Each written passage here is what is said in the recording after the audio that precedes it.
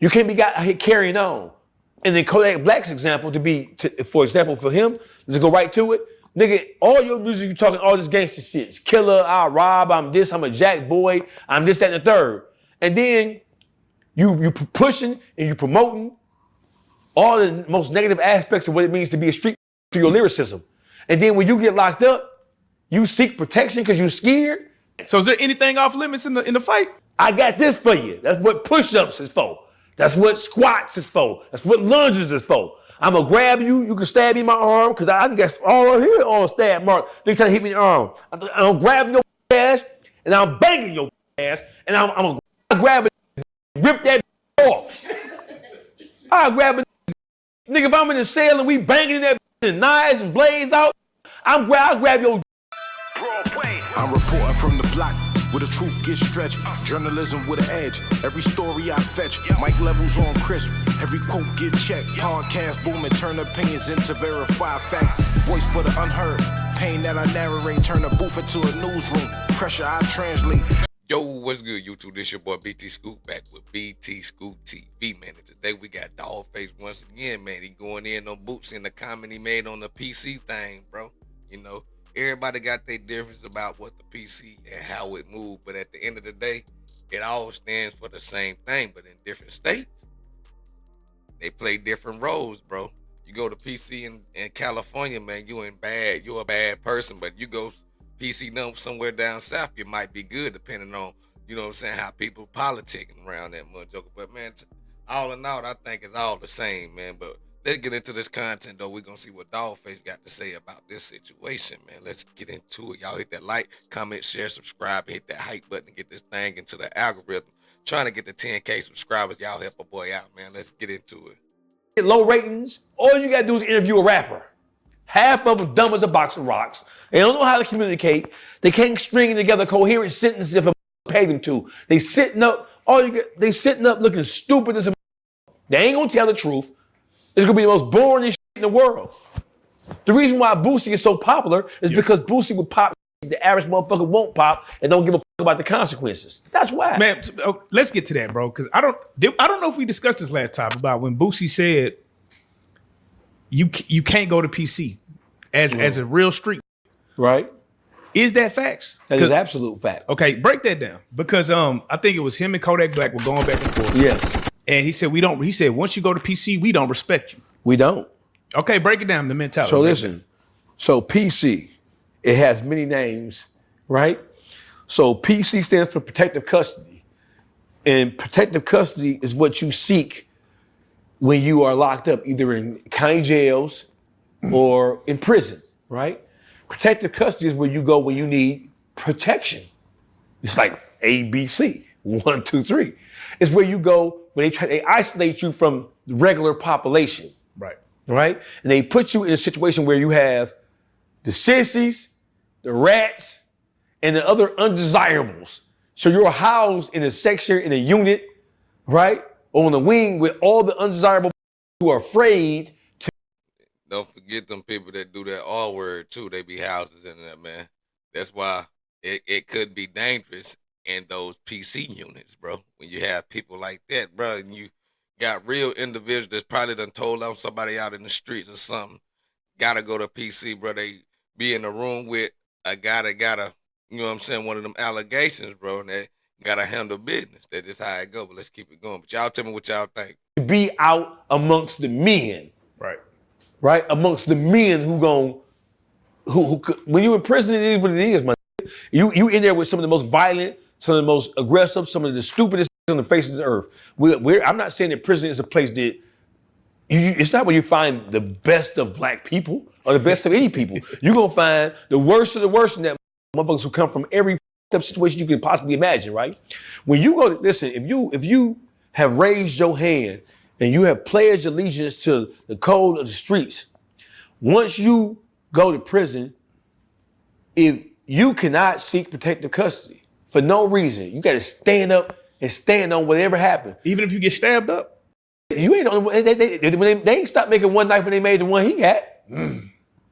When I had knife, I ain't the only nigga who had no motherfucking knife, or no razor, or no lock. Nigga, you better do something. They gonna give you a lock for free.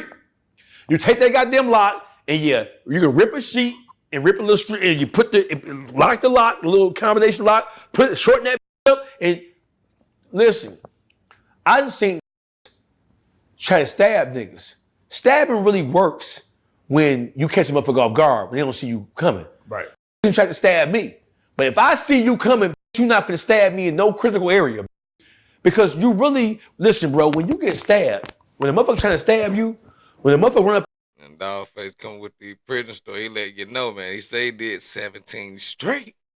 That's a long time. You know how many nights he probably had? How many locks in the socks? How many razors that man probably had? On you, right? The element, if he catch you not looking, then he got you, right? But when you see it coming, you not gonna let no nigga stab you, even in real life. Nigga, you're not gonna stab me. I'm gonna throw my arm up. You might hit me in the arm.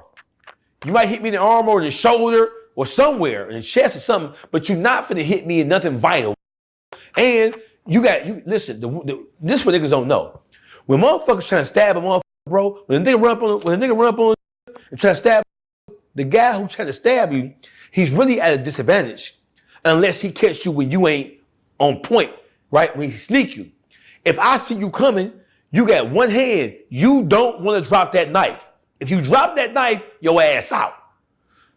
Your ass is out. So a motherfucker without the knife really has an advantage because the guy with the knife, you got one hand to really work with. You try to grab it with one hand and you trying to get him with the other hand. You feel what I'm saying? Yeah. So the whole thing is, niggas trying to stab me before.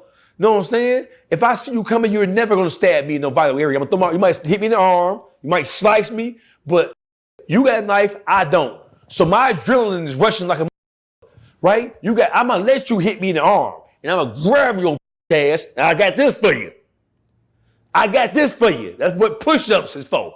That's what squats is for. That's what lunges is for. I'm gonna grab you. You can stab me in my arm, because I guess all over here on stab mark. They trying to hit me in the arm. I'm grabbing your ass, and I'm banging your ass, and I'm gonna grab you and hold you, pull you closer. You can't get the stab off, and I'm biting you. I'm gonna bite I have bit your ears off. I'm biting your ass. What the f you think? Everything on you is a weapon when you're in prison. So biting is cool. That's not. Man, I'll bite a plug out your ass, boy. I'll bite your esophagus. I'll bite you. What are you talking about? We on physical, mortal, we on combat time. So is there anything off limits in the fight? Hell no. If it's life or death, I grab a dick and rip that off. Man.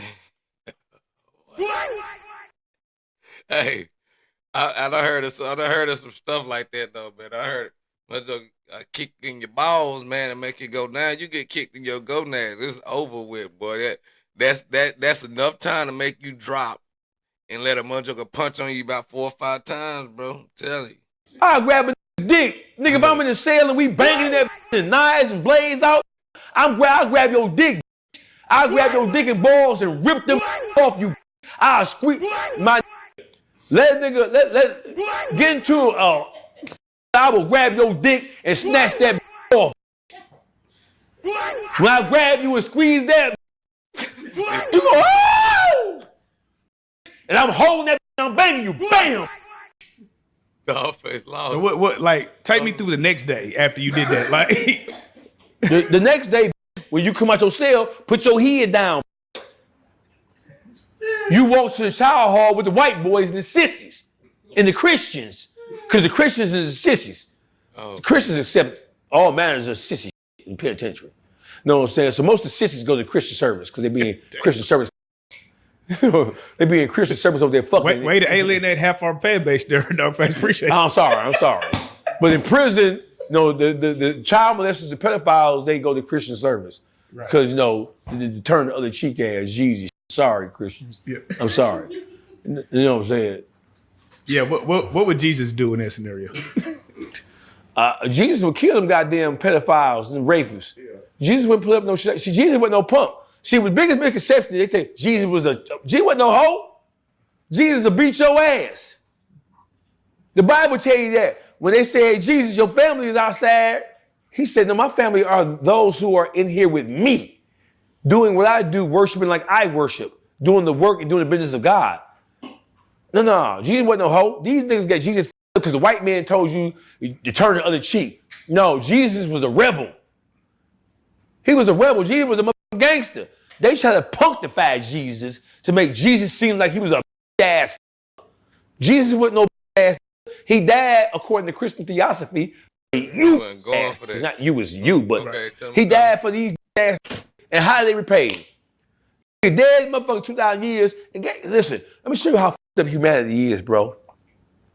So according to Christian theosophy, Jesus died not for his sins, but for the sins of everybody else.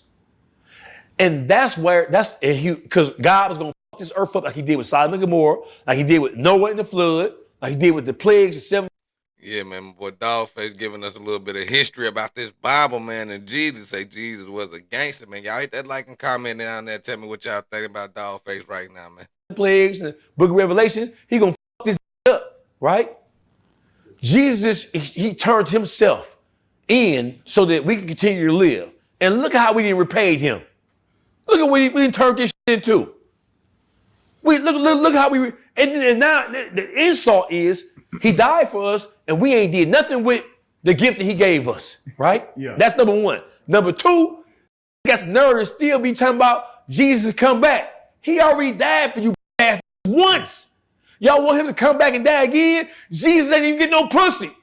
You ain't got no story about him getting no pussy, no head or nothing. So I died for you ass. And y'all want me to come back and die for you bitch ass niggas again. Now I'm coming back, I'm going to the strip club. I'm going to get me some pussy. I'm going to have me a menage. I'm going to suck some pussy. I'm not going to come back with you dumb ass again. I already died once for you ass. Y'all want to keep on dying. Nah, I ain't about got time for that shit. So back to the Kodak and Boosie, not to get off track. What is it about the PC specifically that makes y'all not respect them? Because you have raised your hand and pledged allegiance to the code of the streets. And a part of the code of the streets extends to what happens once you get incarcerated, right? I can see if you were like a L7 square motherfucker, you on some white collar shit, you on some shit like that, you're square, you ain't really a part of the gangster culture. Kodak Black is a part of what we call the gangster culture.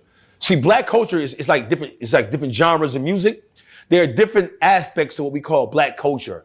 Black culture, it ain't just about gangster shit, negative shit. That's just what we talk about, right? Mm-hmm. But if do y'all consider that smart though? Kodak Black checking into PC because of the fame and the popularity that he has, or do y'all think he's supposed to, walk the main line knowing that he can be a potential target, or he's supposed to keep it G? You know what I'm saying? If you a street and you get locked up, you got to stand on business. You got to stand on street business even in the penitentiary. It don't just stop when you get locked up. You can't be out here thugging. You can't be out here carrying on. And then Kodak Black's example for example, for him, to go right to it, nigga, all your music you talking all this gangster shit. It's killer, I rob, I'm this, I'm a jack boy, I'm this, that, and the third. And then you pushing and you promoting all the most negative aspects of what it means to be a street through your lyricism. And then when you get locked up, you seek protection because you're scared? No, nigga, you can't do that. You gotta stand on the same shit you've been pushing to all these young kids. All this shit you've been force feeding them through your platinum records, platinum after platinum after platinum record, all that gangster shit. You can't talk it because you being a hypocrite. Through your music, you talking all manners of super goddamn thug ass shit. Yeah. So then when it's your turn to stand on it, you go in there and you ask them crackers to shield you from the other. No. You's a ass nigga, dude. Yeah, because 9 times out of 10, when you go in there, most of these guys that's in there been listening to your music, like not necessarily just specifically your song, but your genre of music, which could have been a motivation push for them guys to go do what they did to be sitting in there. That's and I understand where Dawgface coming from. Yeah. You's a ass. The same shit you was talking, and I'm being truthful. Okay, but Dawgface, on the other hand, he got a bag. He a superstar. He just had a third. Hey, listen, don't matter. So now we picking and choosing. He got money, so therefore he don't have to stand on the same thing he been talking. That's the same thing as saying, because he got some money, he can tell. That's the same thing. You pushed it. I can see if he was Drake. Ain't nobody. Drake ain't talking no gangster. He got a song called Mob Ties. Yeah, but that if you don't stop that shit. With J.R. Prince. If you don't, listen, man. Nobody. He didn't even write that. Alright, man. That's the boy Dawgface, man. He setting the record straight, man. He basically letting us know, you go to that joint, bro. How they get down, in that. But he also say, man, Kodak Black should have stand on business, bro. You make this music, you know what I'm saying, feeding these young guys, probably the guys that's in the prison that you going PC on. They probably want to holler at you, man, while you make this type of music, bro. You influence me. Once they get to sitting in that thing, I'm like, dang, I'm sitting here because I'm letting this type of music in. Now you become a big target, bro. You know what I'm saying? But, hey, y'all let me know what y'all think, though, man. Y'all think Dawgface right, bro? Kodak Black should stand on business, bro, and walk the main line since he promoting the music to get motherfuckers locked up to go in there to be on main line type thing. Or y'all think Kodak Black is being smart? If you check in the jail, you go PC, bro, and you ain't got to deal with them people. You know what I'm saying? You come back out, get back to your bread. Y'all let me know what y'all think. I don't know, just keeping it real. We're going to call it ball, a strike, the Metaverse Umpire, BT Scoop. I'm out. Make sure y'all hit that hype button. And if you're new to the channel, subscribe up, man. Get your boy to 10K. Scoop right beside me, recording every update. We drop gems back to back like broadcasts on the front page. No cap allowed, only real ones allowed in the session. We fact check rumors, turn lies into lessons. Independent press, ain't no label that a nigga reppin'. Every episode hit like a streetwise confession. From live streams to articles, the work don't stop. We break stories before anchors, even read from the top. Headphones on tight, every beat getting chopped. It's that Broadway tone, it's the truth when I talk.